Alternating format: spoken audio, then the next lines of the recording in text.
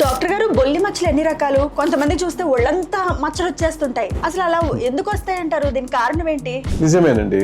బొల్లి మచ్చల్లో ప్రధానంగా ఒక 2-3 రకాలు ఉన్నాయండి. ఒకటి యూనివర్సల్ విట్లిగో అంటారు. అంటే ఒళ్ళంతా మచ్చలు వచ్చేస్తాయి వాళ్ళకి, కంప్లీట్ గా బాడీ మొత్తము వైట్ గా అయిపోతారు.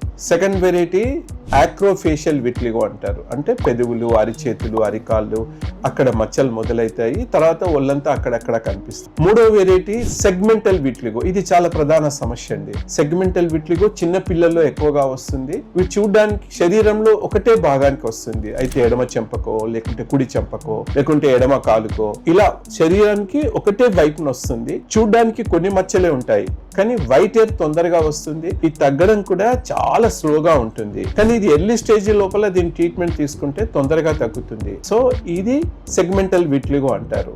సో ఓవరాల్ ఏంటి, ఆక్రోఫేషియల్ విట్లిగోకి ఇంప్రూవ్మెంట్ బాగుంటుందండి, బట్ మళ్ళీ రికరెన్స్ వచ్చే ఛాన్స్ ఉంటుంది. సెగ్మెంటల్ విట్లిగోకి మాత్రము ఇది సర్జరీ ట్రీట్మెంట్, ఆల్ట్రాథిన్ ఎప్పుడన్నా గ్రాఫ్టింగ్ అనేది బెస్ట్ ఆప్షన్.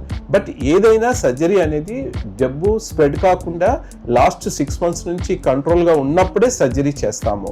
జబ్బు స్ప్రెడ్ అవుతున్న దశ లోపల సర్జరీ చేయించుకోకూడదు.